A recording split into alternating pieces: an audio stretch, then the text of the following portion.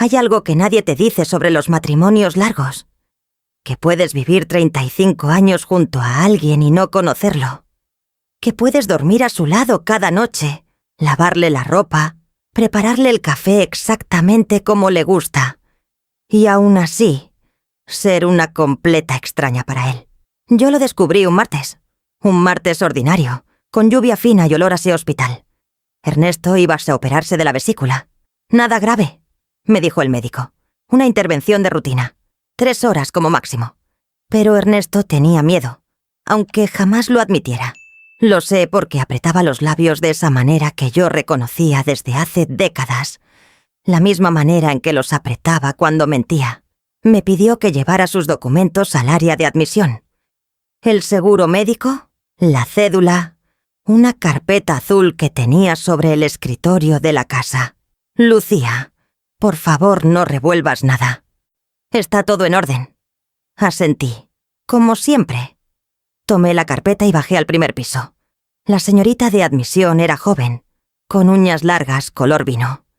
Me pidió el documento del seguro. Abrí la carpeta, y ahí estaba, entre la póliza del seguro y una fotocopia de su cédula. Había un estado de cuenta bancario doblado en 3 partes. No lo busqué. No lo quería encontrar. Simplemente cayó. Lo recogí del piso. Iba a guardarlo sin mirar. Pero vi el nombre. Ernesto Caballero Ríos y Rodrigo Caballero Medina. Cuenta conjunta de inversión. Me quedé inmóvil. Rodrigo es mi hijo mayor. Tiene 38 años. Vive a 15 minutos de nuestra casa. Y nunca, en ninguna conversación, en ninguna cena familiar, en ningún momento, me habló de una cuenta conjunta con su padre. La señorita de uñas vino, me miraba.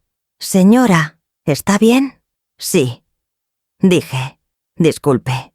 Guardé el documento. Entregué lo que pedían. Subí al 4º piso donde Ernesto esperaba en una bata azul, con los labios apretados. Me senté a su lado. Le tomé la mano. Él me lo permitió. Y yo sonreí. Porque en ese momento decidí 2 cosas. No decir nada todavía. Y leer ese documento completo en cuanto pudiera estar sola. Ernesto durmió antes de entrar a cirugía. Le pusieron algo en el suero que lo fue apagando despacio, como una vela al final de la noche. Yo lo vi cerrar los ojos y sentí algo extraño. No miedo por él. Algo más parecido a claridad. Salí al pasillo. Busqué un rincón tranquilo junto a una ventana con vista al estacionamiento. Saqué el documento. Era un estado de cuenta del mes anterior. 12 páginas. Mis manos temblaban un poco. No de miedo, de algo que todavía no tenía nombre. La cuenta tenía 4 años de antigüedad. 4 años. Mientras yo compraba víveres con la tarjeta del hogar, mientras pagaba los recibos del agua y de la luz, mientras ahorraba para cambiar el calentador que llevaba 2 años fallando, esta cuenta existía. El saldo era alto. Muy alto. No voy a decir la cifra exacta porque todavía me cuesta pronunciarla, pero era suficiente para comprar una casa. Una casa completa, en una zona decente, sin hipoteca. Seguí leyendo. Los depósitos eran regulares. Cada mes, una transferencia desde la cuenta personal de Ernesto. Montos distintos, pero constantes. Y entre los movimientos, algo me detuvo. Una transferencia de hace 18 meses. Grande. Inusual. El concepto decía: liquidación inmueble calle Naranjal 14. Calle Naranjal 14. Esa era la dirección de la casa de mi abuela. Mi abuela Consuelo murió hace 2 años. Me dejó su casa. La única propiedad que tuvo en vida. Una casa pequeña, de paredes gruesas y patio interior, en un barrio antiguo que ya nadie recuerda bien. No valía una fortuna, pero era mía. Era lo último que quedaba de ella. Ernesto me dijo que el proceso de herencia era complicado, que había impuestos, trámites, que él se encargaba porque yo no entendía de esas cosas. Me dijo que tal vez tardaría años en resolverse. Yo le creí. Firmé los papeles que me puso enfrente. Varios, en distintas fechas. Él me explicaba por encima, yo preguntaba poco. Era una dinámica que teníamos desde siempre. Él sabía, yo confiaba. Ahora entendía lo que había firmado. Había firmado la venta de la casa de mi abuela. Y el dinero no había llegado a ninguna cuenta mía. Doblé el documento. Lo guardé en mi bolso. Me quedé mirando el estacionamiento sin ver nada. Y una enfermera pasó y me preguntó si necesitaba algo. No, dije. Gracias. Pero era mentira. Necesitaba entender cuánto tiempo llevaba siendo una tonta. La operación duró 3 horas y media. El médico salió con cara tranquila y me dijo que todo había salido bien. Que Ernesto estaría en recuperación un par de horas y luego podría verlo. Asentí. Pregunté lo que se supone que pregunta una esposa preocupada. Tomé nota de las indicaciones postoperatorias en mi teléfono. Todo normal. Todo en su lugar. Pero ya nada estaba en su lugar. Mientras esperaba, saqué el teléfono e hice algo que nunca había hecho. Busqué en Internet el registro público de propiedades. Tardé 20 minutos en entender cómo funcionaba el sistema. Pero lo encontré. La casa de la calle Naranjal 14 estaba registrada a nombre de un tercero desde hacía 18 meses. Vendida. Transacción completada. El comprador era una empresa. Un nombre genérico que no me decía nada. Pero el vendedor estaba claro. Lucía Medina de Caballero. Yo misma. Cerré el teléfono. Respiré. Ahí no terminaba el problema. Ahí empezaba. Esa noche, Ernesto llegó a casa en silla de ruedas, empujada por Rodrigo. Mi hijo mayor, con sus hombros anchos y su voz grave, y esa sonrisa que siempre me pareció tan parecida a la de su padre. Mami, ya está en casa. Ya pasó todo. Me dijo y me dio un beso en la mejilla. Yo lo abracé. Olí su colonia cara. Le pregunté si quería cenar algo. No, mami. Gracias. Me voy porque Valeria me espera. Valeria es su esposa. Llevan 6 años casados. 2 hijos pequeños. Una pareja que, desde fuera, parece perfecta. Los vi irse. Cerré la puerta. Ernesto estaba en el sofá, pálido, y con una bolsa de hielo sobre el abdomen. Lucía, ¿hay caldo? Sí, dije. Ahora te traigo. Fui a la cocina. Calenté el caldo. Lo serví en un tazón azul que le gusta. Lo llevé a la sala. Él lo tomó sin mirarme. Gracias. Me senté frente a él. Lo observé tomar el caldo despacio, con cuidado, como si el movimiento le doliera. Pensé, este hombre me robó la herencia de mi abuela. Y le dije, ¿necesitas otra almohada? No, estoy bien. Me levanté. Recogí su tazón vacío. Lavé los platos. Y mientras los lavaba, decidí que no iba a confrontarlo esa noche. Ni la siguiente. Primero necesitaba saber todo. ¿Cuánto? ¿Desde cuándo? Y sobre todo, ¿quién más lo sabía? Porque ese estado de cuenta tenía 2 nombres, y uno de ellos era el de mi hijo. Los siguientes días fueron extraños. Ernesto se recuperaba despacio, de mal humor, pidiendo cosas a cada rato. Yo los atendía con la misma calma de siempre. Le llevaba los medicamentos a la hora exacta, le cambiaba las gasas, le preparaba la comida blanda que le indicó el médico. Por fuera, era la misma Lucía de siempre. Por dentro, estaba construyendo algo. Empecé a revisar papeles en las noches, cuando él dormía. Buscaba en los cajones del escritorio con cuidado, de no desordenar nada.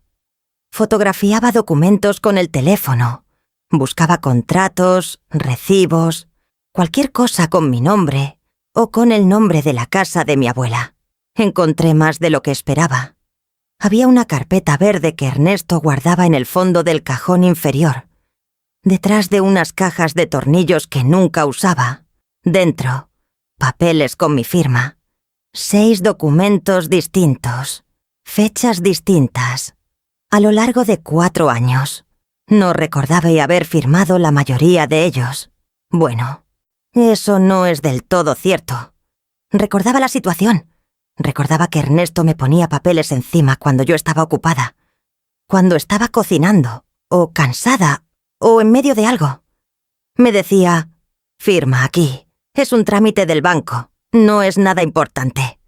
Y yo firmaba, sin leer, sin preguntar.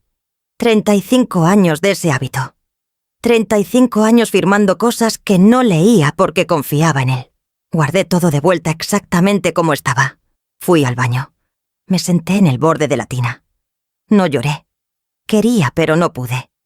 Solo me quedé ahí, en silencio, escuchando el goteo lento del grifo que también llevaba meses sin arreglar. Pensé en mi abuela Consuelo, en sus manos pequeñas, en el olor a canela de su cocina, en cómo me dijo una vez: «Lucía, lo único que nadie te puede quitar es lo que tú misma cuidas». Yo no había cuidado nada. Si había dejado que otros cuidaran por mí. Y me lo habían quitado todo. Al cuarto día Rodrigo vino a visitarlo. Trajo fruta y un periódico doblado bajo el brazo. Entró como siempre entra, con confianza, con ruido, llenando el espacio. «¿Cómo amaneciste, papá?»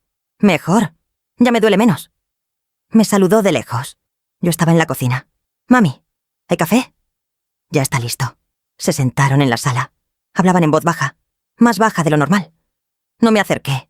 Seguí en la cocina, pero dejé la puerta entreabierta. No pude escuchar todo. Solo fragmentos. El banco llamó. «Todavía no, espera. Ella no sabe nada». Ese último fragmento lo escuché claro. Ella no sabe nada. Serví el café. Lo llevé a la sala con una sonrisa. «Aquí tienen». Rodrigo me dio las gracias. Ernesto me miró un segundo más de lo normal, como buscando algo en mi cara. No encontró nada, porque yo no le di nada. Me volví a la cocina. Y ahí, de espaldas a ellos, con las manos apoyadas en la mesada, sentí por primera vez en muchos años que tenía algo que ellos no esperaban. Tiempo. Y la verdad, esa misma tarde, cuando Rodrigo ya se había ido y Ernesto dormía la siesta, sonó mi teléfono. Era un número que no tenía guardado. Dudé. Lo dejé sonar 2 veces. Contesté. «¿Señora Lucía?», dijo una voz de mujer, joven, nerviosa. «Soy Valeria». Me detuve. «Valeria». Mi nuera, llamándome desde un número desconocido. «Valeria, ¿estás bien?». Hubo una pausa larga. «Necesito verla», dijo. «Sola, sin que Rodrigo sepa. Lo primero que pensé fue: ella también sabe algo. Lo segundo, o forma parte de todo esto». No respondí de inmediato. Dejé que el silencio respirara entre nosotras. «Valeria, ¿qué pasa? No puedo hablar por teléfono», dijo. Su voz era baja, tensa, como alguien que habla desde un cuarto con la puerta cerrada. «¿Puede venir mañana a la cafetería del centro comercial Alvarado? ¿A las 10? Conocía el lugar. Había ido 1000 veces con mis nietos. «Mañana a las 10, repetí. «Sola, señora Lucía. Por favor». «Sola». Colgó. Me quedé con el teléfono en la mano, mirando la pantalla apagada. Desde el cuarto llegaba el sonido sordo de la televisión que Ernesto dejaba encendida mientras dormía. El noticiero de siempre. Voces que hablaban de cosas lejanas. Fui a la ventana. Afuera llovía otra vez. Pensé en Valeria, en sus ojos rápidos, en la manera en que siempre parecía estar calculando algo antes de hablar. Nunca la había entendido del todo. Era distinta a nosotros. Más callada en las reuniones familiares, pero más observadora. Ya a veces sentía que me miraba con algo parecido a la lástima. Ahora entendía por qué. Esa noche no dormí bien. Ernesto roncaba a mi lado con esa calma pesada que siempre me había irritado y que yo nunca le dije. Me quedé mirando el techo. Repasé todo lo que sabía. La cuenta conjunta, los documentos firmados, la casa de mi abuela, los fragmentos de conversación escuchados desde la cocina. Ella no sabe nada. Pero ahora yo sí sabía. Y mañana ibas a saber más. Me levanté a las 6, como siempre. Preparé el desayuno de Ernesto. Le dejé los medicamentos alineados junto al vaso de agua. Le dije que iba a salir a hacer unas diligencias. «¿Qué diligencias?», preguntó, sin levantar la vista del periódico. «La farmacia, el mercado, cosas del hogar», asintió. No preguntó más. 35 años de ese hábito también. Valeria ya estaba en la cafetería cuando llegué. Estaba sentada en una mesa del fondo, lejos de la ventana, con 2 tazas de café frente a ella. Tenía ojeras, el cabello recogido deprisa. No parecía la misma mujer que yo veía en las fotos de las redes sociales, siempre perfecta, siempre sonriente junto a mis nietos. Me vio entrar y se tensó. Luego se relajó un poco. Me senté frente a ella. «Gracias por venir», dijo. «Gracias por llamar». Hubo un silencio. Ella tomó la taza. La soltó sin tomar. «No sé por dónde empezar». «Por el principio», dije. Me miró. Sus ojos eran oscuros y serios. «¿Usted ya sabe algo?» «Algo sé», respondí. «Pero quiero escucharte a ti». Respiró profundo y empezó así a hablar. Valeria me contó que hacía 8 meses, buscando en la computadora de la casa un archivo del colegio de los niños, encontró por accidente una carpeta con documentos, contratos, estados de cuenta, transferencias. Vi su nombre, señora Lucía, en varios documentos, y vi la dirección de la casa de su abuela. Se detuvo. Esperé. Le pregunté a Rodrigo. Al principio me dijo que era un trámite normal, que usted sabía, que era una forma de proteger el patrimonio familiar. Pero cuando insistí, cuando le dije que había visto los montos, se puso furioso. Me dijo que no era asunto mío, que me metía donde no me llamaban. Tomó la taza por fin. La sostuvo con las 2 manos, como si necesitara el calor. Desde entonces él borra todo de la computadora. Cambió la clave del correo. Nunca deja el teléfono en la mesa. Hizo una pausa. Y yo empecé a tener miedo. ¿Miedo de qué? Me miró directo. De que si esto sale mal, si usted empieza a preguntar si hay problemas legales, que Rodrigo diga que yo sabía, que me involucre a mí. Ahí estaba, el verdadero motivo de la llamada. Pero no lo juzgué. Lo entendí perfectamente. ¿Guardaste algo de lo que viste?, pregunté. Metió la mano en el bolso. Sacó un sobre pequeño. Lo puso sobre la mesa, entre las 2 tazas. Imprimí lo que pude antes de que él cambiara todo. No es mucho, pero es algo. Lo miré. No lo abrí todavía. Valeria, ¿cuánto sabes exactamente? Sé que hay dinero que no debería estar donde está. Sé que su firma aparece en documentos que usted probablemente no recuerda haber firmado. Y sé que esto lleva años. Asentí despacio. ¿Y Rodrigo sabe que estás aquí? No. Y no puede saberlo. No va a saberlo. La miré. Ella me miró. Durante un segundo larguísimo. 2 mujeres de generaciones distintas, unidas por el mismo hombre desde ángulos distintos, entendiéndonos sin necesidad de más palabras. ¿Qué va a hacer, señora Lucía? Todavía no sé, respondí. Pero ya no voy a quedarme quieta. Guardé el sobre en mi bolso. Pedí la cuenta. Pagué yo. Cuando me levanté para irme, Valeria me tomó el brazo un momento. Señora Lucía, lo siento. Debí haberla llamado antes. La miré con calma. Llamaste cuando pudiste. Eso también cuenta. Salí del centro comercial con el sobre apretado dentro del bolso. El aire afuera era húmedo, cargado de ese olor a tierra mojada que siempre me recuerda al Ifixits en la infancia. Caminé despacio hasta el carro. Antes de subir, me detuve.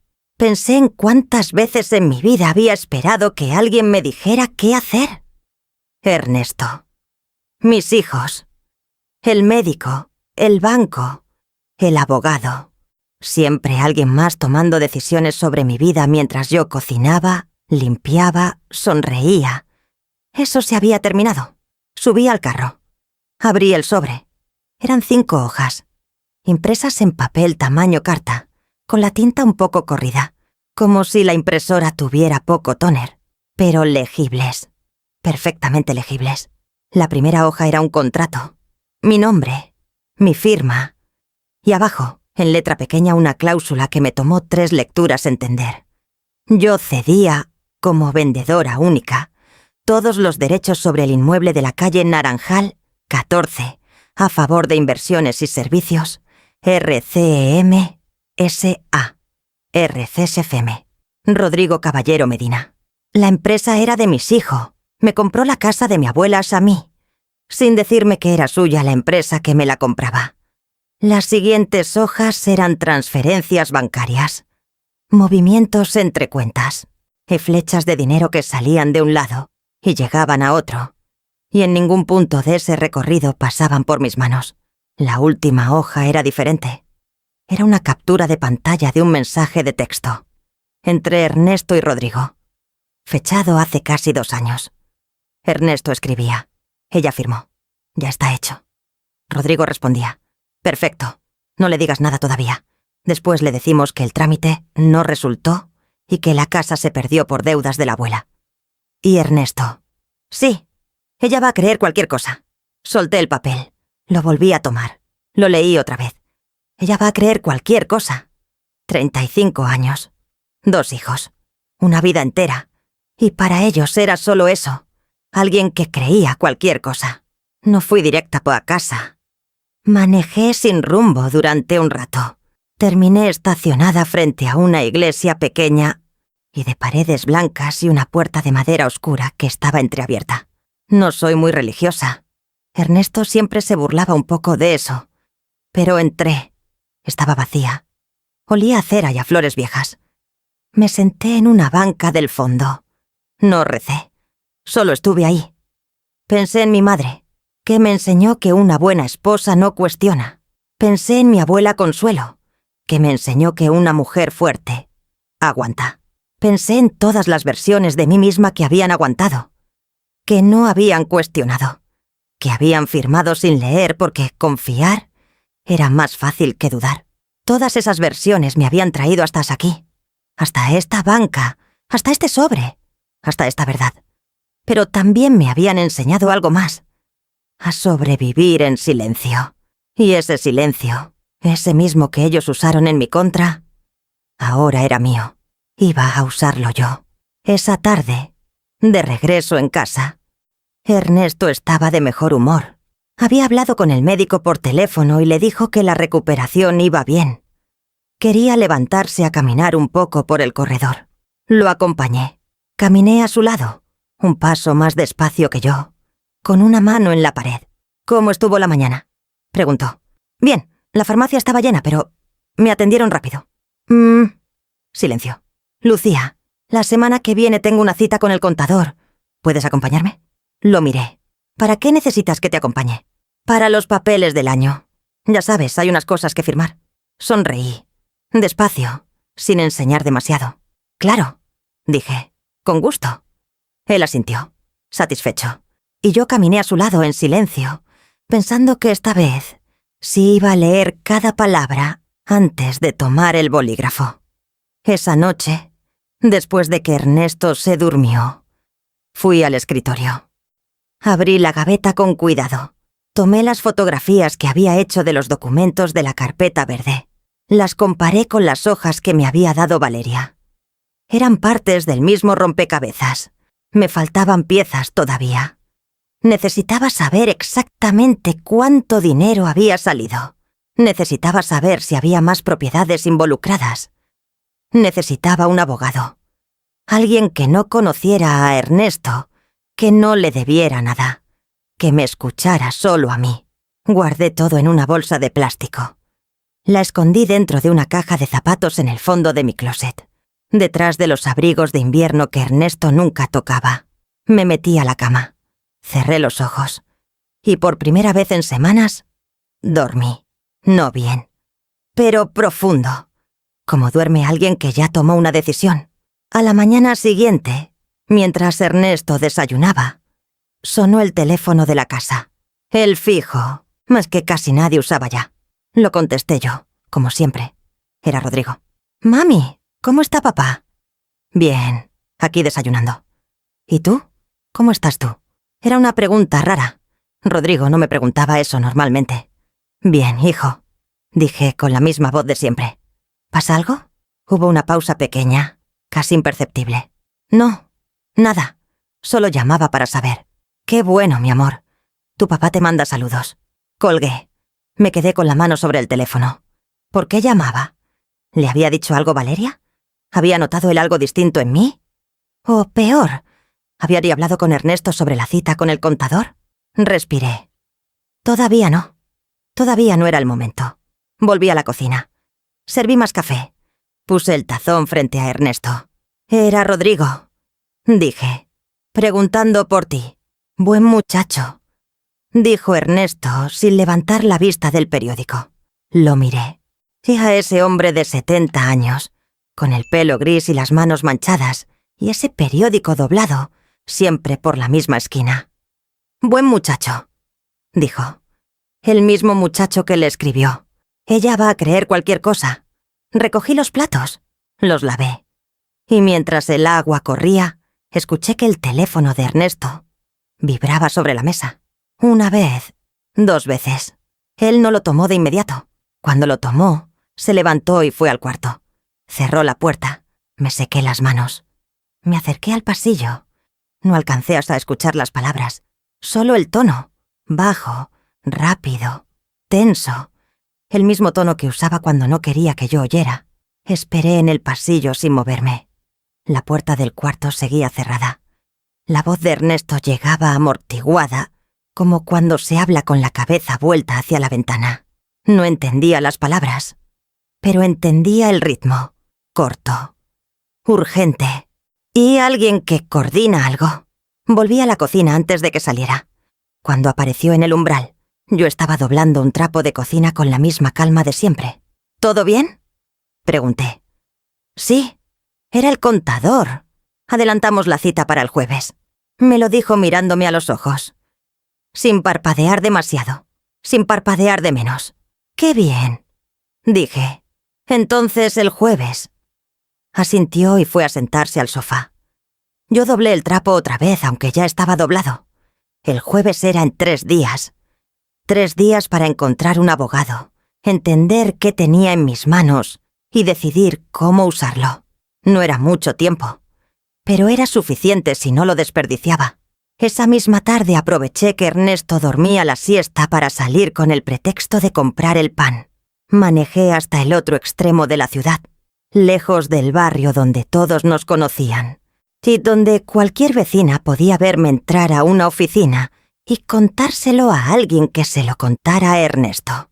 Busqué en el teléfono. Abogada, derecho familiar, discreta. No sé bien por qué escribí discreta, pero lo escribí. Encontré un consultorio pequeño en un edificio de 3 pisos cerca de una plaza arbolada. El nombre en el directorio era Doctora Carmen Solís, Derecho Familiar y Patrimonial. Subí sin llamar antes. A veces es mejor presentarse que anunciarse. La doctora Solís tenía unos 50 años.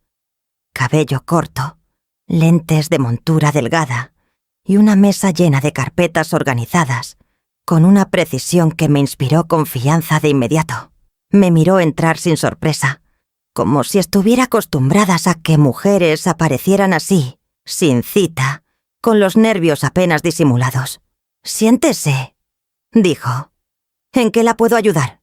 Me senté. Abrí el bolso. Puse el sobre de Valeria sobre la mesa y las fotos que había tomado con el teléfono. «Necesito saber qué tengo», dije. Ella tomó los documentos. Los leyó despacio. No dijo nada durante varios minutos. Yo no dije nada tampoco. Cuando terminó, me miró por encima de los lentes. «¿Usted firmó estos documentos voluntariamente?» Firmé sin leer. Me los pusieron enfrente en momentos en que estaba ocupada o distraída. Mi esposo me decía que eran trámites de rutina. «¿Hay testigos de eso?» «No». «Nadie. ¿Tiene más documentos en casa? ¿Contratos, estados de cuenta? ¿Algo con su nombre?» «Tengo fotografías de una carpeta que encontré en el escritorio de mi esposo. Son 6 documentos distintos. También tengo el estado de cuenta que encontré por accidente en el hospital». Asintió despacio. «Señora Lucía, y lo que usted me está mostrando es suficiente para iniciar una investigación. No le voy a prometer resultados todavía, porque necesito revisar todo con calma. Pero lo que veo aquí sugiere una posible nulidad de contratos por vicio del consentimiento. Y dependiendo de cómo esté estructurada esa empresa, podría haber elementos de fraude patrimonial dentro del matrimonio». Escuché esas palabras. Fraude, nulidad, matrimonio. ¿Cuánto tiempo tomaría? Depende de qué tan cooperativa sea la otra parte. Si su esposo y su hijo deciden pelear cada paso, Puede tardar. Si hay acuerdo, menos. Pero primero necesito ver todo. ¿Puede traerme los originales o más fotografías claras de esos documentos? Puedo traerlos el jueves por la mañana. ¿Por qué el jueves? Porque el jueves mi esposo tiene cita médica y va a estar fuera de casa unas horas. Me miró. Entendió sin que yo explicara más. El jueves entonces, dijo. Volví a casa con el pan que había prometido. Ernesto seguía dormido. La casa estaba en ese silencio pesado de las tardes largas. Me senté en la cocina. Puse las manos sobre la mesa. Pensé en mis 2 hijos. En Rodrigo, el mayor, con su empresa de nombre frío y sus mensajes de texto calculados. Y en Mauricio, el menor, que vivía en otra ciudad, que llamaba poco, que siempre había estado más lejos de estas cosas. ¿Sabía Mauricio algo? Probablemente no. Mauricio nunca tuvo buena relación con su padre. Desde joven se fue. Construyó su vida lejos. Ernesto siempre lo criticaba en privado. Decía que era irresponsable, que no tenía ambición. Ahora entendía mejor esa crítica. Mauricio era irresponsable porque no se dejaba manejar. Lo llamé esa noche, tarde, cuando Ernesto ya dormía. «Mami, ¿pasa algo?», contestó al segundo toque, con esa voz de quien reconoce que una llamada nocturna de la madre no es casual. «No pasa nada urgente», dije. «Solo quería escucharte. Hablamos 20 minutos. De sus hijos, de su trabajo, de tonterías. Pero al final, con cuidado, le pregunté. «Mauricio, ¿tú sabías que la casa de la abuela Consuelo se vendió?». Silencio. «¿Qué? ¿Cuándo?». «Hace 1 año y medio, más o menos». «No, mami, no sabía». «¿Y tú sí sabías?». «Me estoy enterando ahora», dije. Otro silencio, más largo. «Mami, ¿qué está pasando? Todavía no te puedo decir todo, pero necesito que estés disponible si te necesito». «¿Puedes?». «Claro que puedo. Mami, me estás asustando». «No te asustes, estoy bien. Solo... estate pendiente». Colgué. Me quedé mirando el teléfono. Sentí algo tibio en el pecho. No alivio exactamente, pero algo parecido a no estar completamente sola. El miércoles fue el día más difícil. No porque pasara algo, sino precisamente porque no pasó nada. Ernesto estaba de mejor ánimo, casi recuperado. Bromeó en el desayuno. Me preguntó si había algo de arroz con leche. Estuvo amable, atento, con esa calidez ocasional que siempre me había desarmado y que ahora me producía algo distinto. No ternura, algo parecido a la tristeza. Porque ese hombre amable era también el hombre que había escrito «Ella va a creer cualquier cosa». Las 2 cosas eran ciertas al mismo tiempo. Y eso era lo más difícil de sostener. A media mañana llamó Rodrigo para confirmar la cita del jueves con el contador. «¿Vas a ir tú también, mami?». «Sí», dije. «Tu padre me pidió que lo acompañara». «Perfecto». Una pausa breve. «¿Estás bien tú? Te noto diferente». Me detuve un segundo. «¿Diferente cómo?». «No sé, más callada». Solté una risa suave. «Hijo, siempre has sido callada. ¿O será que ahora me estás prestando más atención?». Rió también. Un poco forzado. «Sí, puede ser». «Bueno, mami, hasta el jueves». Colgué. «Me notas diferente», eso me dijo. Era una señal de alerta. Rodrigo estaba observando. Algo lo tenía nervioso. Tal vez la llamada de Valeria al número desconocido había dejado algún rastro. Tal vez él simplemente conocía bien la mecánica de los secretos y sabía cuándo alguien empezaba a moverse dentro de uno. Esa noche fui al closet. Saqué la caja de zapatos. Revisé todo una vez más.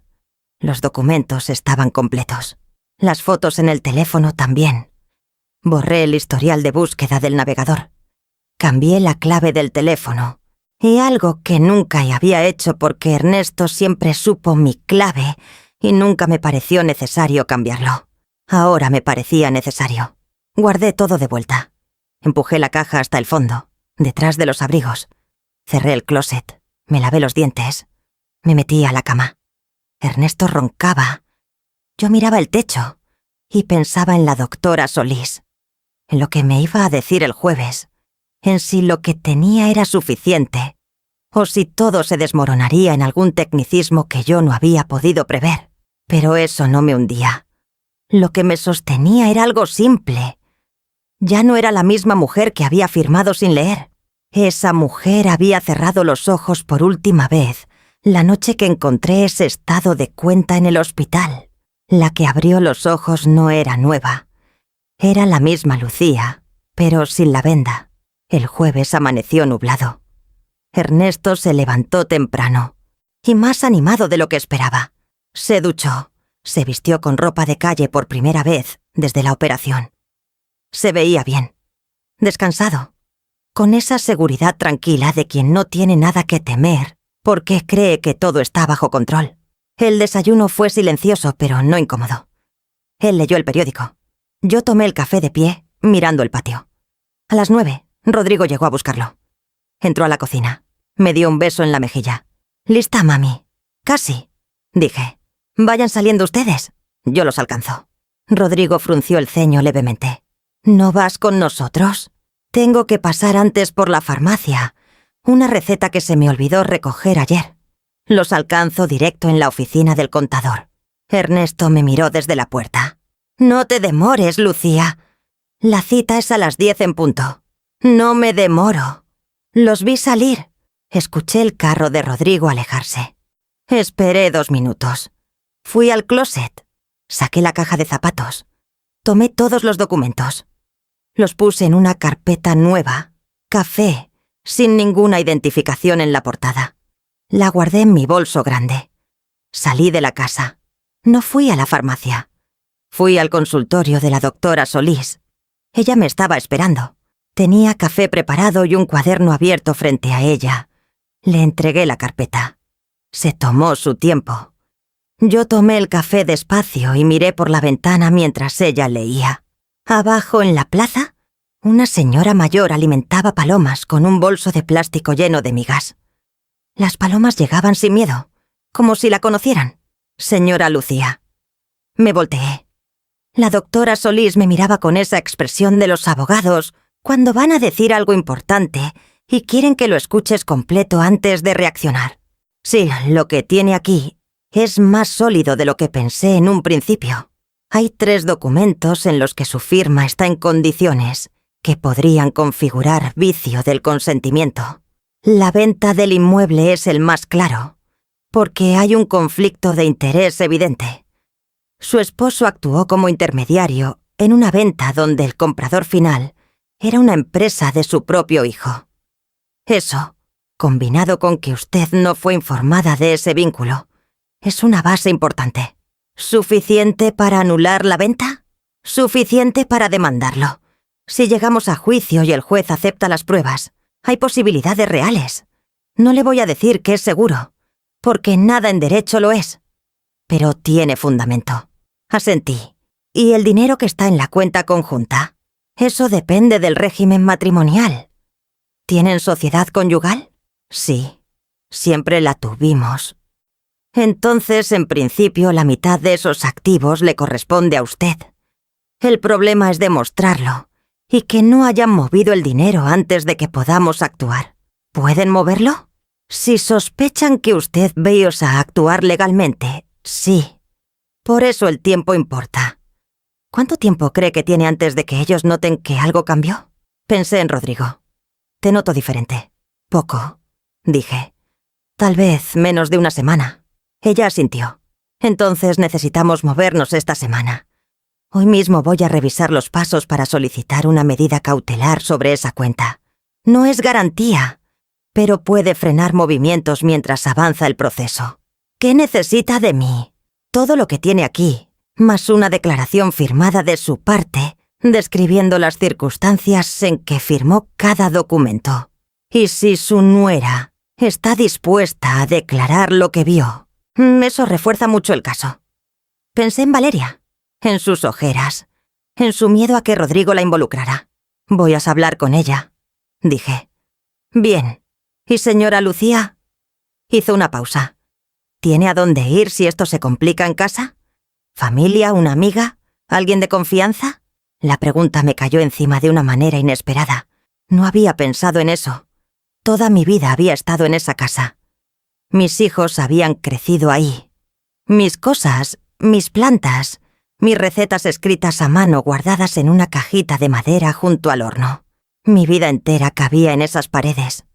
Pero la pregunta no era si quería irme. Era si podría quedarme si ellos se enteraban antes de tiempo. Tengo un hijo en otra ciudad, dije. Mauricio. Bien. Téngalo disponible. Guardé todo de vuelta en la carpeta. Me levanté. Doctora, una pregunta más. ¿Cuándo usted dice que esto puede tomar tiempo? ¿De cuánto estamos hablando? Para la medida cautelar, días. Para el proceso completo, meses. Posiblemente más de un año. Un año. O más. Un año cargando esto. Un año viviendo en la misma casa, durmiendo en la misma cama, desayunando frente al mismo hombre. Podría hacerlo. Había aguantado 35 años sin saber la verdad. Podía aguantar uno más sabiéndola. Está bien, dije. Empiece con la medida cautelar. Salí del consultorio y me quedé un momento en la acera. Eran las 10:15. En este momento, Ernesto y Rodrigo estaban sentados frente al contador, probablemente con algún documento que querían que yo firmara, probablemente convencidos de que yo llegaría tarde, un poco apresurada, con cara de no haber dormido bien, lista para firmar donde me dijeran. Les mandé un mensaje a Ernesto. Me tardé más en la farmacia. No voy a poder llegar. Terminen sin mí. Luego me cuentas. 3 minutos después respondió. Está bien, aquí manejamos. Aquí manejamos. Guardé el teléfono. Caminé hasta el carro sin prisa. El sol había empezado a salir entre las nubes. Un sol débil, de media mañana, que no calentaba mucho, pero que estaba ahí. Arranqué el motor. Y justo cuando ibas a poner el carro en reversa, el teléfono vibró. Un mensaje. De un número que no tenía guardado. Lo abrí. Eran 3 palabras. Rodrigo lo sabe. Me quedé inmóvil con el teléfono en la mano. Rodrigo lo sabe. 3 palabras. Sin nombre, sin explicación. Del número que Valeria había usado para llamarme la primera vez. Le escribí de vuelta. ¿Qué sabe exactamente? Los 3 puntos aparecieron.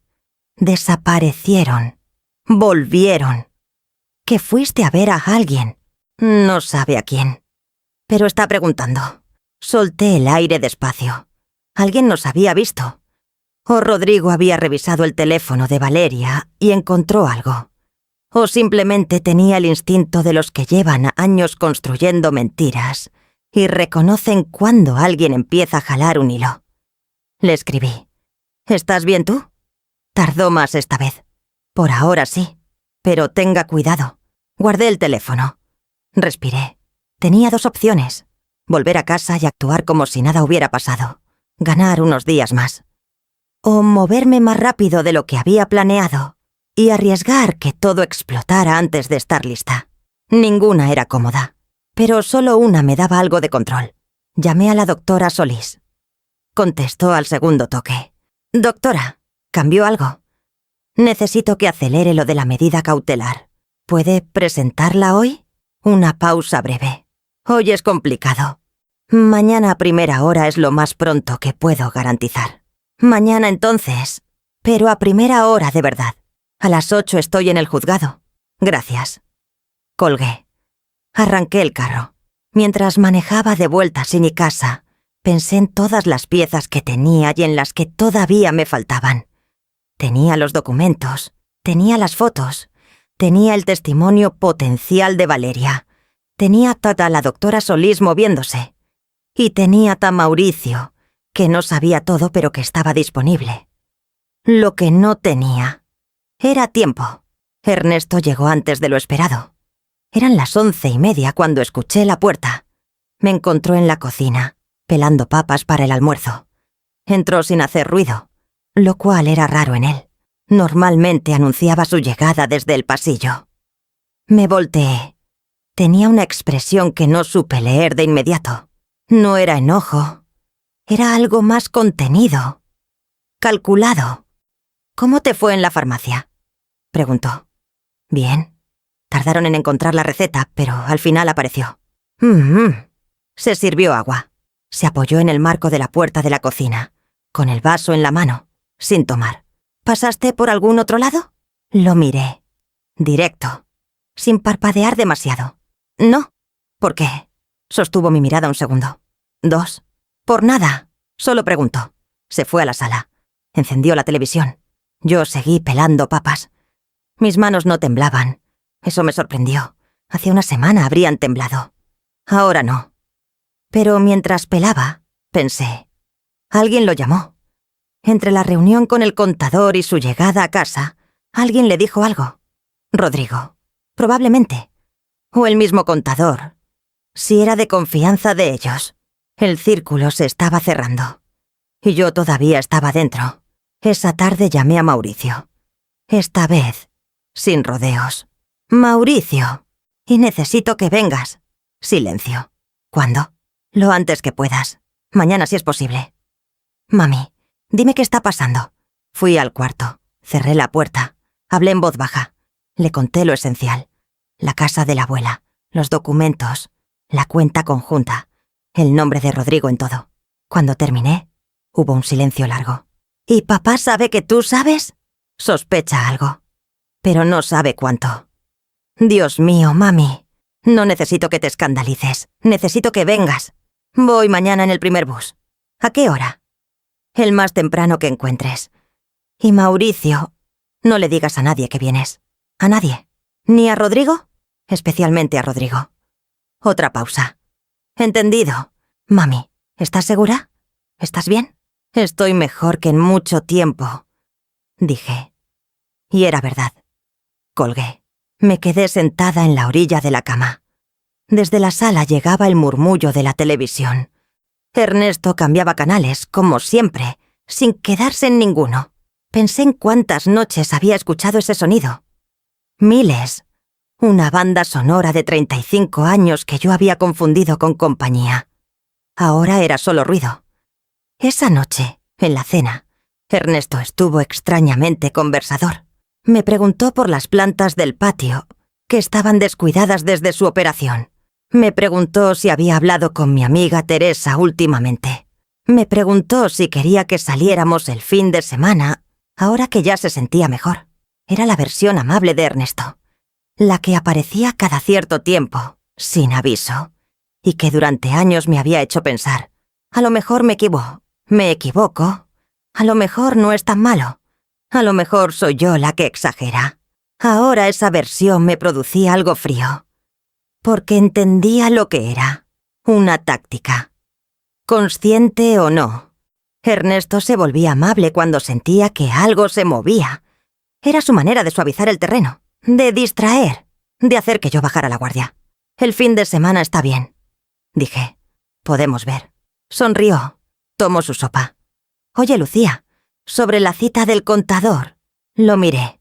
Hay unos papeles que necesitan tu firma. Cosas del seguro. Nada importante. Los traigo mañana para que los revisemos juntos.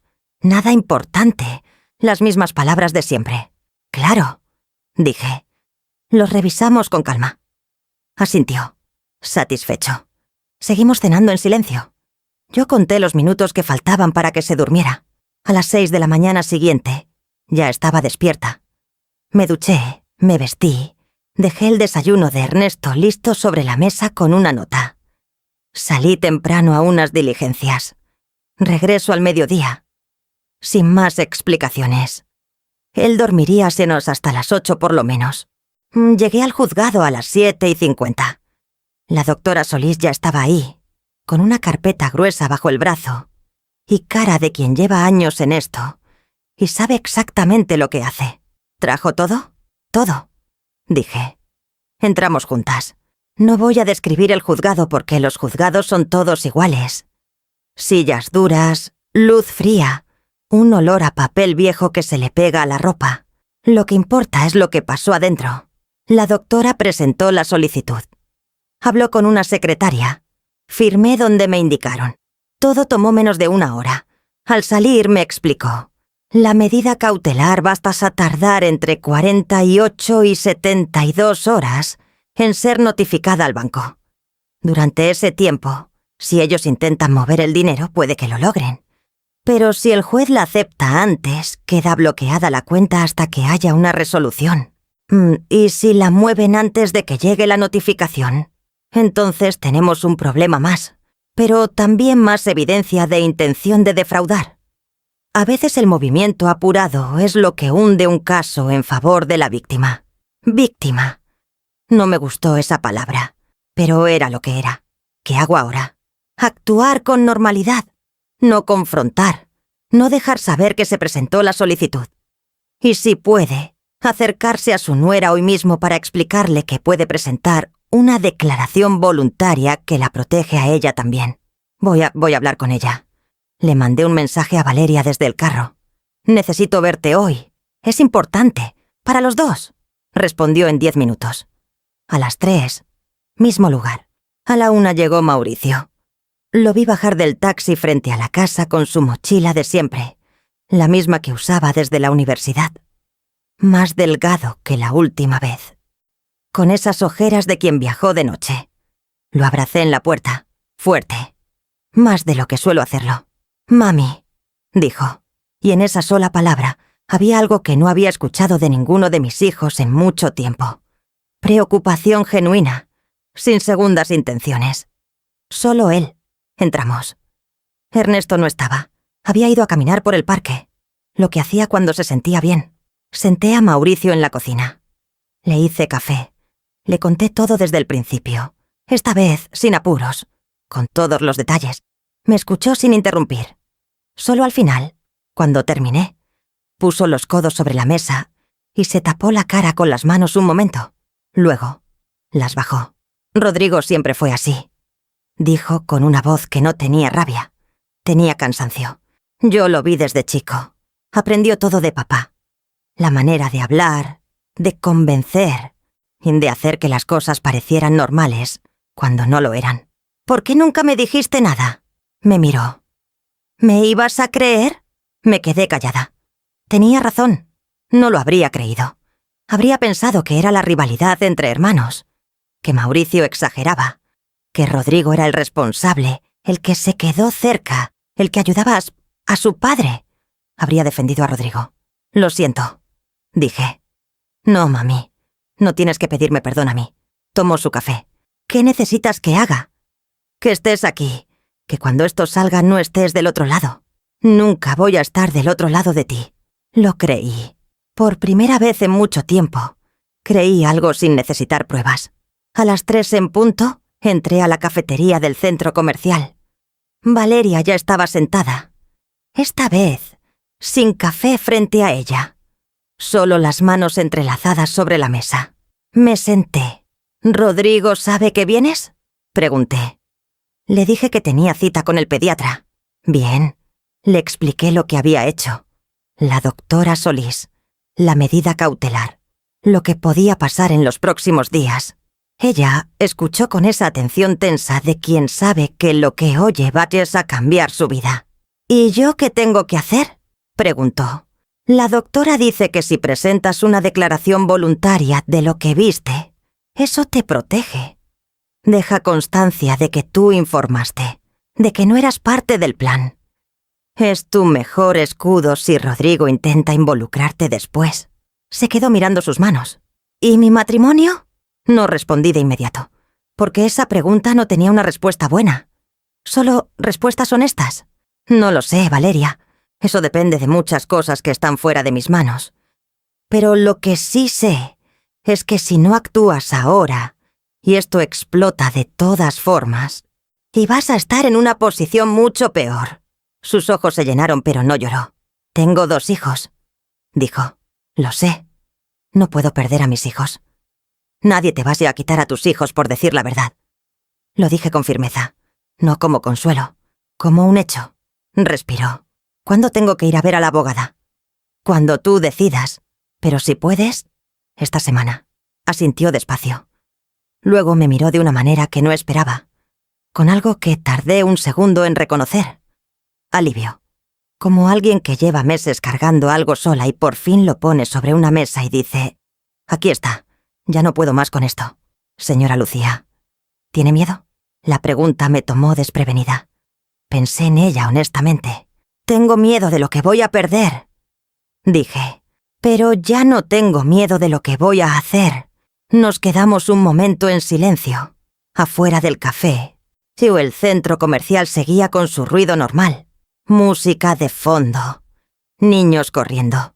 Gente comprando cosas que no necesitaban. El mundo ordinario. Completamente ajeno a lo que estaba pasando entre estas dos mujeres en una mesa del fondo. Antes de levantarme, saqué una tarjeta de la doctora Solís y se la puse enfrente. «Cuando estés lista», dije. La tomó. La guardó en el fondo de su cartera, debajo de otras cosas. Como se guarda algo que no quieres que nadie encuentre, pero que tampoco puedes tirar. Salí primero. Caminé despacio por el centro comercial. Pasé frente a una zapatería, frente a una farmacia, frente a una tienda de ropa para niños con un vestido rosa en el aparador. Me detuve frente a ese vestido un momento sin saber por qué. Luego seguí caminando. Llegué al estacionamiento. Saqué las llaves. El teléfono vibró. Era Ernesto. «¿Dónde estás?» «Ya llegué a casa y no hay nadie». Lo miré. Escribí. Salí a unos mandados. En un rato llego. Guardé el teléfono. Subí al carro. Y justo cuando estaba a punto de arrancar, vi por el espejo retrovisor un carro negro que entraba despacio al estacionamiento. Era el carro de Rodrigo. Se detuvo 3 lugares detrás del mío. Él no había visto que era mi carro. O tal vez sí. Y esperaba ver qué hacía. No me moví. Lo vi bajar, mirar hacia la entrada del centro comercial, sacar el teléfono, marcar. Y en ese momento, mi teléfono vibró otra vez. Era Rodrigo. Lo dejé vibrar. 1 vez, 2, 3. Paró. Lo vi en el espejo. Seguía de pie junto a su carro con el teléfono en la mano, mirando la entrada del centro comercial. Luego miró hacia el estacionamiento. Lentamente, como alguien que busca algo sin saber exactamente qué. Sus ojos pasaron sobre mi carro. Se detuvieron un segundo. Siguieron. No me reconoció. O no quiso reconocerme. Me quedé inmóvil, con las manos sobre el volante, sin arrancar, respirando despacio por la nariz, como había aprendido a hacer en esas noches largas, cuando el corazón se aceleraba sin razón. Rodrigo caminó hacia la entrada y desapareció dentro del centro comercial. Valeria todavía estaba adentro. Arranqué el carro. Mientras salía del estacionamiento, le mandé un mensaje rápido. «Rodrigo está ahí. No entres en pánico. Actúa normal». 3 minutos después respondió. «Ya lo vi. Estoy bien. 2 palabras más». «Gracias, señora». Salí a la avenida. El tráfico estaba denso, de esa densidad lenta de las tardes que no avanza pero tampoco se detiene del todo. Me quedé en la fila, con los ojos en el espejo, aunque ya no había nada que ver. Pensé en Valeria sentada en esa mesa del fondo, en Rodrigo entrando al centro comercial sin saber que su esposa acababa de tomar una decisión, en todo lo que estaba a punto de moverse sin que ninguno de los hombres de esta historia lo hubiera autorizado. Había algo en eso que no era satisfacción, era más simple, era justicia tomando su forma. Llegué a casa a las 5. Mauricio estaba en la sala. Ernesto también. Los dos sentados con la televisión encendida pero en silencio, como 2 personas que han estado hablando de algo que no era la televisión, y la pusieron cuando escucharon la puerta. Los miré a los 2. Ernesto tenía la mandíbula apretada. Mauricio me miró con una calma que era esfuerzo puro. «Hola», dije. «¿Alguien quiere cenar temprano?» «Lucía», dijo Ernesto. ¿Desde cuándo iba a venir Mauricio? Le pedí que viniera. Quería verlo. «Avisaste muy tarde». «Lo decidí de repente. Ya sabes cómo soy con los hijos. Los extraño». Y llamó. Ernesto me miró un momento más. Luego asintió y volvió los ojos a la pantalla. Mauricio se levantó. «Te ayudo en la cocina, mami. Entramos juntos».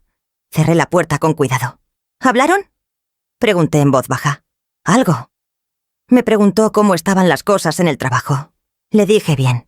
Me preguntó si pensaba volver a esta ciudad. Le dije que no lo había pensado. Se quedó callado. ¿Nada sobre mí? Solo al principio. Cuando llegué me dijo que tú habías salido y que últimamente salías mucho. Lo dijo como si fuera una queja. Pero era otra cosa. ¿Qué cosa? Estaba midiendo si yo sabía algo. Asentí. ¿Y qué le dijiste? Que tú siempre habías sido independiente, que no entendía de qué se quejaba. Solté una sonrisa corta. Bien dicho. Empecé a sacar cosas de la nevera. Mauricio se apoyó en la mesada y me miró trabajar. Mami, cuando esto salga, ¿tienes claro lo que quieres? Me detuve. Era una pregunta que yo misma me había evitado hacerme en voz alta. Sabía lo que no quería, pero lo que quería era más difícil de nombrar. Quiero lo que me quitaron, dije, o su equivalente. Lo que le pertenecía a mi abuela y que firmé sin entender. El dinero que debería de haber pasado por mis manos y no pasó. Eso. ¿Y la casa? Esta casa. Miré la cocina. Las paredes que yo había pintado 2 veces. Las plantas en el alféizar de la ventana que cargué en bolsas desde el mercado. El reloj de pared que nunca daba la hora exacta, pero que Ernesto nunca quiso cambiar. No lo sé todavía, dije. Pero tampoco me voy a ir yo mientras él se queda. Mauricio asintió. Bien. La cena fue extraña en la manera en que son extrañas las cenas, cuando todo el mundo sabe que hay algo que no se está diciendo. Ernesto comió despacio. Hizo comentarios sobre la comida, sobre las noticias, sobre el clima. Mauricio respondía con frases cortas pero amables. Yo servía, recogía, rellenaba vasos. En algún momento Ernesto dijo: «Rodrigo va a venir mañana». Lo dijo mirando el plato. «¿A qué hora?», pregunté. «En la mañana. Quiere hablar de unas cosas». «Claro, yo estoy». Ernesto levantó los ojos. «¿Tú también? Soy parte de la familia, ¿no?». Hubo un silencio. «Claro», dijo. «Claro que sí». Mauricio tomó agua sin decir nada. Después de cenar, mientras yo lavaba los platos, Ernesto se quedó parado en el umbral de la cocina un momento. Lo sentí antes de verlo. «Lucía, dime, ¿estás bien?». Me volteé. Me estaba mirando con algo que en otro tiempo habría confundido con ternura. Ahora lo veía más claro.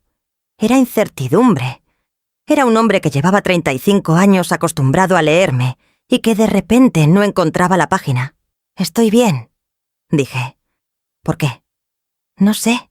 Te veo diferente. Era la segunda vez que alguien me lo decía en una semana. Primero Rodrigo, ahora él». «Será la edad», dije, y me volví al lavaplatos. Escuché sus pasos alejarse por el pasillo. Sonreí de espaldas a nadie. Antes de dormir en el baño, con el agua corriendo para que no se escuchara, llamé a la doctora Solís. «Doctora, mañana viene mi hijo mayor a casa. Creo que sabe algo, o sospecha algo. ¿Cómo está lo de la medida cautelar?». «Presentada. El juez tiene que responder. Puede ser mañana, puede ser pasado. No hay forma de acelerarlo más. Y si mañana Rodrigo me presiona para firmar algo, no firme nada. Absolutamente nada. Si la situación se pone difícil, levántese y salga. Tiene todo el derecho de no firmar ningún documento sin revisión legal previa. ¿Entendido? Señora Lucía, ¿está en un lugar seguro emocionalmente?». La pregunta me llegó de una manera inesperada. «Estoy en pie», dije. «Eso cuenta». «Cuenta mucho. Descanse. Mañana vas a necesitar tener la cabeza fría». Colgué. Me miré en el espejo. Una mujer de 62 años con el cabello suelto y ojeras, y una expresión que no era exactamente serenidad, pero que tampoco era miedo. Era algo intermedio. Algo que todavía no tenía nombre preciso. Lo más cercano que encontré fue: lista. A las 10 de la mañana siguiente, Rodrigo llegó. Entró como siempre entra. Con su presencia grande, su colonia cara, a esa seguridad de quien está acostumbrado a que los espacios se le abran. Vio a Mauricio en la sala y se detuvo. «Mau, no sabía que ibas a estar. Vine a ver a mami», dijo Mauricio con calma. Tenía ganas de verla. Los 2 hermanos se miraron un segundo. Uno de esos segundos entre hermanos que contiene años de cosas no dichas. «Claro», dijo Rodrigo. «Qué bueno». Saludó a Ernesto. Se sentaron. Yo traje café. Antes de que nadie dijera nada sobre lo que habían venido a decir, hablé yo. «Rodrigo, antes de que empieces, tengo una pregunta». Levantó los ojos. «La empresa Inversiones y Servicios RCM. ¿De quién es?» El silencio que siguió duró 3 segundos. Pero fueron 3 segundos que lo dijeron todo. Ernesto no se movió. Rodrigo tampoco. Solo sus ojos, que durante un instante perdieron esa calma construida que siempre tenía. «¿Qué?», dijo, como si no hubiera escuchado bien. «La empresa que compró la casa de mi abuela. RCM. Las iniciales son tuyas, Rodrigo. Rodrigo Caballero Medina. Es tuya». Ernesto carraspeó. «Lucía, eso es un tema complicado que...». «No te pregunté a ti», dije. Le pregunté a él. Silencio. Mauricio tenía los ojos fijos en su hermano. Rodrigo puso la taza sobre la mesa con cuidado. «Demasiado cuidado. Mami, hay cosas que no entiendes del proceso legal de la herencia. Papá y yo solo estábamos protegiendo el patrimonio familiar de posibles reclamantes externos. Era una medida temporal». «¿Temporal?», repetí. «Llevan 4 años con una cuenta conjunta a nombre de los dos. El dinero de la venta de esa casa nunca llegó a ninguna cuenta mía». «Eso no es temporal, Rodrigo. Eso es otra cosa». Ernesto se levantó. «Lucía, cálmate. Esto se puede explicar». «Estoy muy calmada», dije. «Y no necesito que me lo expliques tú. Ya tengo quien me explique». Rodrigo me miró. «¿Quién te explicó qué?». No respondí de inmediato, porque en ese momento sonó mi teléfono. Lo saqué. Era un número del juzgado. Contesté. «¿Señora Lucía Medina de Caballero?». «Sí». «Le llamamos para informarle que la medida cautelar solicitada por la doctora Carmen Solís ha sido aceptada por el juzgado. La cuenta identificada en la solicitud queda bloqueada a partir de este momento, a la espera de resolución judicial». «Gracias», dije. «Muchas gracias». Colgué. Los 3 me miraban. Ernesto con una expresión que nunca le había visto. No era enojo, era algo más cercano al pánico. Rodrigo tenía la mandíbula apretada y los nudillos blancos sobre la taza de café. Mauricio, a mi lado, no dijo nada. Solo estaba ahí. «¿Qué fue eso?», preguntó Ernesto. Lo miré. A ese hombre que había sido mi esposo por 35 años, que me había servido el café cada mañana y firmado papeles a mis espaldas cada tanto, que me había dicho ella va a creer cualquier cosa sin saber que algún día yo leería ese mensaje. «Una llamada del juzgado», dije. «La cuenta conjunta que tienen tú y Rodrigo está bloqueada. Hay una medida cautelar activa, y en los próximos días van a recibir notificación formal de una demanda por nulidad de contratos y fraude patrimonial dentro del matrimonio». Rodrigo se puso de pie. «Mami, estás cometiendo un error enorme. Esto se puede resolver en familia, no tienes que...». «Ya no es un asunto de familia», dije. «Dejó de serlo cuando usaron mi nombre sin decirme lo que firmaba. Tú firmaste. Nadie te obligó». «Firmé sin leer porque llevaba 35 años confiando en que no me harían esto». Mi voz no subió. No tembló. Salió entera, limpia, sin fisuras. Rodrigo me miró. Y por primera vez en su vida vi en sus ojos algo que nunca había visto. No sabía qué decir. Ernesto se sentó despacio, como alguien a quien le fallan las piernas de repente. Mauricio se levantó y se puso junto a mí. No dijo nada. Solo estuvo ahí, a mi lado, con los brazos cruzados. Yo tomé mi taza de café, la que había preparado yo, en mi cocina, en mi casa. La tomé con calma.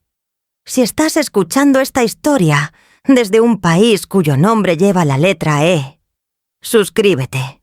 Y déjame en los comentarios tu país. Quiero ver cuántas mujeres estamos aquí, todavía aprendiendo a decir basta». El día que Rodrigo y Ernesto se enteraron de la medida cautelar, fue también el día que el silencio cambió de lado. Durante semanas, el silencio había sido de ellos. El silencio de los que saben y no dicen. El silencio de los que planean en cuartos cerrados y hablan en voz baja y borran mensajes y cambian claves. Ahora era mío, porque yo ya había dicho lo que tenía que decir, y ellos todavía estaban procesando que una mujer que durante décadas había firmado sin leer se había convertido en alguien que sabía exactamente lo que hacía. Rodrigo se fue sin despedirse. Escuché su carro salir a toda velocidad, demasiado rápido para el barrio, como siempre cuando estaba furioso, y no podía demostrarlo de otra manera. Ernesto se quedó. Eso también decía algo. Se quedó sentado en el sillón, con las manos sobre las rodillas, y mirando un punto fijo entre la televisión apagada y la ventana. No habló durante un rato largo. Mauricio tampoco. Yo recogí las tazas de café y las lavé, despacio, dejando que el agua corriera más de lo necesario. Cuando cerré la llave, Ernesto habló. ¿Cuándo encontraste los papeles? En el hospital, dije. El día de tu operación. Procesó eso. ¿Y desde entonces? Desde entonces. Otro silencio. Lucía. Su voz tenía algo que hacía años no le escuchaba. No exactamente arrepentimiento, pero sí el cansancio de alguien que ya no tiene fuerzas para sostener una historia. Yo no quería que las cosas fueran así. Me sequé las manos. Me volteé. Lo miré. ¿Cómo querías que fueran? No respondió. Claro que no respondió. Los días que siguieron fueron los más extraños de mi vida. No porque hubiera gritos. No porque hubiera portazos, ni escenas dramáticas, ni maletas en el pasillo, sino porque la casa siguió siendo la misma casa, con los mismos muebles y el mismo reloj que no daba la hora exacta, y el mismo olor a café de las mañanas. Pero todo dentro de ella había cambiado de lugar sin moverse. Ernesto dormía en el cuarto de huéspedes. Fue idea suya. Me lo dijo la noche del día que Rodrigo se fue, con una voz que no tenía arrogancia ni rabia. Solo el tono plano de alguien que entiende que ciertas cosas ya no tienen vuelta. Yo no le dije que no. Mauricio se quedó una semana. Dormía en el sofá, bebía café con leche a cualquier hora, y me acompañaba en silencio cuando yo revisaba papeles en la mesa del comedor. No preguntaba más de lo necesario. No daba consejos que yo no había pedido. Solo estaba. Era la primera vez en mucho tiempo que alguien simplemente estaba sin querer nada a cambio. La doctora Solis me citó 3 días después de la medida cautelar. Llegué puntual. Ella tenía la carpeta abierta y una expresión que no era exactamente buena noticia, pero tampoco era desastre. Hay movimientos, dijo. Antes de que la medida cautelar llegara al banco, se hizo una transferencia. No vaciaron la cuenta, pero sí movieron una parte importante. Sentí algo frío en el pecho. ¿Cuánto? Me dijo la cifra. Era mucho. No todo, pero mucho. ¿Eso nos perjudica? En el proceso legal, no necesariamente. De hecho, como le dije antes, ese movimiento apresurado puede usarse como evidencia de intención. El juez va a ver que en cuanto supieron de la medida, movieron dinero. Eso habla solo. ¿Y el dinero que movieron se puede recuperar? Depende de a dónde fue. Si quedó en el país, hay mecanismos. Si lo sacaron, es más complicado. Estamos investigando. Respiré. ¿Qué sigue? La demanda formal se presenta la semana que viene. Su esposo va a recibir notificación. En ese momento él tiene un plazo para responder. Puede cooperar, puede pelear, puede intentar llegar a un acuerdo extrajudicial. Eso lo decide él con su abogado. ¿Y si quiere acordar? Entonces negociamos. Pero los términos los pone usted, no ellos. Eso es importante que lo entienda. Usted ya no está en posición de recibir lo que le ofrezcan. Está en posición de pedir lo que le corresponde. Lo que le corresponde. ¿Cuántas veces en mi vida había recibido lo que me ofrecían sin preguntar si me correspondía algo más? ¿Qué me corresponde, doctora? En términos concretos, la mitad del valor actual de la cuenta conjunta, la nulidad de la venta del inmueble o su compensación económica equivalente, y posiblemente daños, dependiendo de cómo avance el caso. Escuché eso. Lo dejé asentarse. ¿Y Rodrigo? Rodrigo tiene exposición penal si se demuestra que la empresa fue creada con propósito de defraudarla. Eso lo maneja la fiscalía, no nosotros. Pero la denuncia penal es una opción que usted puede activar. ¿La recomendaría? Me miró. Le recomiendo que lo piense con calma. Las denuncias penales contra hijos son de las decisiones más difíciles que una madre puede tomar. No porque no sea justo hacerlo, sino porque usted va a tener que vivir con eso. Asentí. Lo voy a pensar. Esa tarde, de regreso en casa, encontré un sobre deslizado por debajo de la puerta.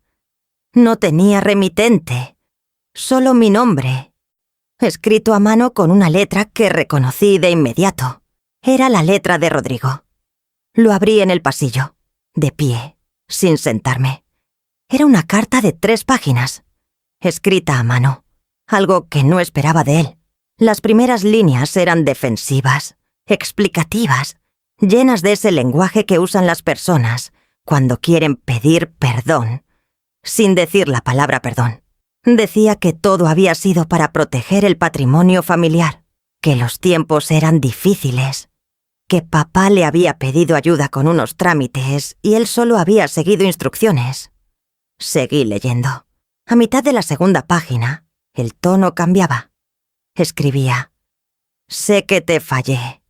Sé que no tengo derecho a pedirte nada, pero te pido que pienses en mis hijos, en tus nietos. Ellos no tienen culpa de nada. Me detuve ahí. Leí esa línea 3 veces. Piensa en mis hijos. Conocía esa táctica. La había visto en otras mujeres.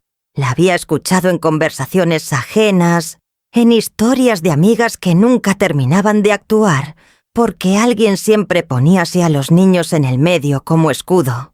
Los niños de Rodrigo eran mis nietos. Los quería, claro que los quería, pero mis nietos no habían firmado nada. Mis nietos no habían creado ninguna empresa. Mis nietos no eran responsables de lo que su padre había hecho. Y lo que le pasara a su padre como consecuencia de sus propios actos, tampoco era responsabilidad mía evitarlo. Terminé de leer la carta. Al final, en la última línea, escribía: ¿podemos hablar antes de que esto llegue más lejos? Doblé las páginas. Las guardé en el sobre. Fui a la cocina. Saqué una caja pequeña donde guardaba recetas y papeles varios. Puse el sobre adentro. No lo tiré. Pero tampoco lo respondí. Esa noche, Ernesto tocó la puerta de la cocina mientras yo hacía la cena. ¿Puedo hablar contigo? Puedes. Entró. Se sentó en la silla de la esquina, la que siempre fue la silla de los invitados, porque nadie de la familia se sentaba ahí, normalmente. Ese detalle me pareció significativo sin saber bien por qué. Recibí una llamada de un abogado hoy, dijo. ¿El tuyo? El que me recomendó Rodrigo. Me explicó la situación. ¿Y? Me dijo que sí coopero. Si hay acuerdo, el proceso puede ser más corto y menos costoso para los dos. Lo miré. Eso ya me lo dijo mi abogada también. Asintió. Hubo un silencio. El aceite de la sartén empezó a crujir. Bajé el fuego. Lucía. Su voz era baja, sin la autoridad de siempre. ¿Tú quieres el divorcio? Era la primera vez que alguien pronunciaba esa palabra en voz alta en esta casa. No respondí de inmediato. Seguí moviendo lo que había en la sartén. Despacio. No lo sé todavía, dije. Primero quiero lo que me corresponde. Lo que firmé sin saber lo que firmaba. El valor de la casa de mi abuela. Mi parte de lo que acumulamos juntos. Eso primero. ¿Y después? Después veré. Él asintió otra vez. Yo no quería que esto llegara hasta aquí, dijo. Ya me lo dijiste. Es que es verdad. Lo miré. A ese hombre de 70 años, sentado en la silla de los invitados de su propia cocina, con las manos entre las rodillas y esa expresión de quien entiende tarde, algo que debió haber entendido hace mucho. Ernesto, dije, te voy a preguntar algo y quiero que me respondas con la verdad. Solo una vez, sin calcular. Me miró. ¿Cuándo fue la primera vez que pensaste que podías hacer esto? ¿Cuándo fue la primera vez que pensaste que yo no iba a darme cuenta? El silencio duró mucho, demasiado. Y en ese silencio estaba la respuesta. No fue un momento. No hubo una primera vez clara y definida. Había sido gradual, lento, construido sobre cada firma sin leer. Sobre cada es un trámite. No te preocupes. Sobre cada vez que yo confié sin preguntar. No fue una decisión. Fue una costumbre. Y eso, de alguna manera, era peor. Está bien, dije. No tienes que responder. Serví la cena. Puse un plato frente a él porque seguía siendo la hora de cenar y la comida estaba lista. Lo hice sin ternura, pero tampoco con crueldad, solo porque era lo que había que hacer. Valeria fue al consultorio de la doctora Solís 4 días después. Me lo dijo ella misma, con un mensaje corto. Fui. Hablé. Ya está hecho. Le respondí. Bien hecho. No supe más de Rodrigo esa semana. Mauricio me contó que le había mandado un mensaje y que habían hablado brevemente por teléfono, que Rodrigo estaba furioso pero asustado, que Valeria se había ido con los niños a casa de su madre unos días. Ese dato me pesó de una manera que no esperaba. No por Rodrigo, sino por los niños, por esas 2 criaturas pequeñas que estaban durmiendo en una casa distinta a la suya sin entender bien por qué. Esa noche, sola en el cuarto, lloré por primera vez desde que empezó todo esto. No lloré por el dinero. No lloré por la casa de mi abuela. Lloré por mis nietos, que no habían hecho nada, y por la Lucía de hace 20 años que había criado a un hijo, pensando que lo estaba haciendo bien, y que solo ahora entendía cuántas cosas se le habían escapado de las manos sin darse cuenta. Lloré durante un rato, hasta que se me acabaron las lágrimas. Luego me sequé la cara. Me miré en el espejo del cuarto. Y seguí, porque eso es lo que se hace. Se llora y se sigue. No porque el dolor desaparezca, sino porque quedarse en el piso tampoco devuelve nada. 3 semanas después de la medida cautelar, llegó la primera propuesta de acuerdo. La presentó el abogado de Ernesto. Ofrecían devolver el equivalente al valor tasado de la casa de mi abuela, más un porcentaje de la cuenta conjunta. A cambio, yo retiraba la demanda y no presentaba denuncia penal contra Rodrigo. La doctora Solís me la explicó sin opinar primero. ¿Qué piensa usted?, me preguntó. ¿Que el porcentaje que ofrecen es bajo? Correcto. ¿Cuánto deberíamos pedir? Me dijo una cifra. Era más del doble de lo que ofrecían. ¿Lo van a aceptar? Probablemente no al primer intento. Esto es una negociación. Van a ir subiendo. Nosotros vamos a ir ajustando. Al final se llega a un punto medio que le convenga con a usted. Y si no se llega, entonces vamos a juicio. Y usted tiene buenas posibilidades de obtener más. Asentí. Rechace la propuesta, dije, y pida lo que usted considera justo. Ella asintió. Y por primera vez desde que la conocía, le vi algo parecido a una sonrisa. Si estás llegando hasta aquí con esta historia, significa que algo de lo que escuchaste te tocó. Suscríbete al canal. Hay muchas mujeres más cuyas historias merecen ser escuchadas. Y si esta te movió algo por dentro, dale me gusta. Es la manera más pequeña y más honesta de decir: esto importa. El acuerdo final llegó 6 semanas después. No fue lo que pedimos al principio. Nunca lo es. Pero fue significativamente más de lo que ofrecieron al principio. El valor de la casa de mi abuela, completo. Mi parte de la cuenta conjunta, incluyendo lo que habían movido antes de la medida cautelar, que la doctora Solís logró rastrear y recuperar parcialmente, y una compensación adicional que el juez consideró procedente, dadas las circunstancias. No presenté denuncia penal contra Rodrigo, no porque no tuviera fundamento, sino porque lo pensé, como me había dicho la doctora, y llegué a una conclusión que no le debo explicar a nadie.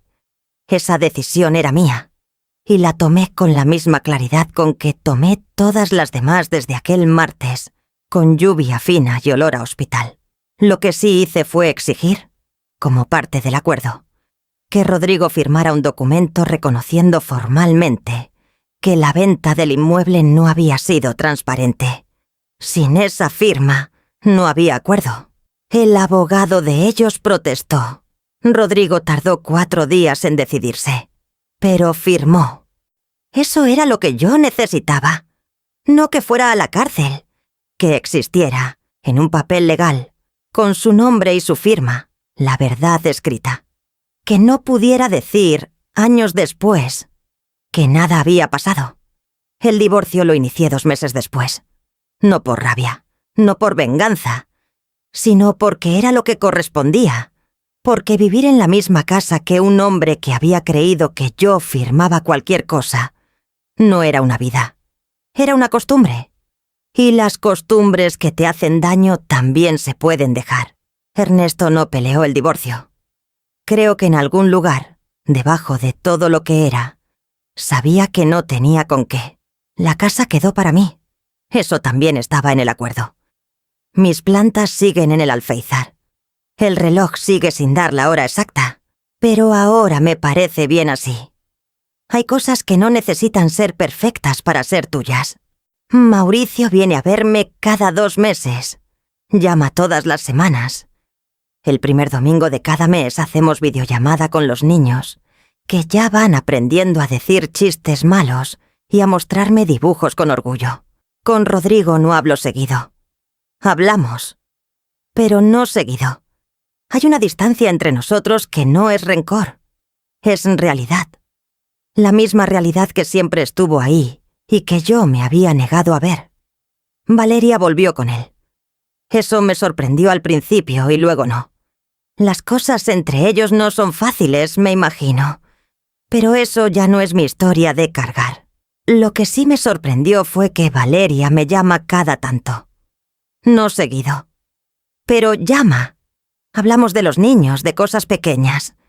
Y a veces, en medio de una conversación sobre cualquier cosa, dice algo que me indica que ella también está cambiando.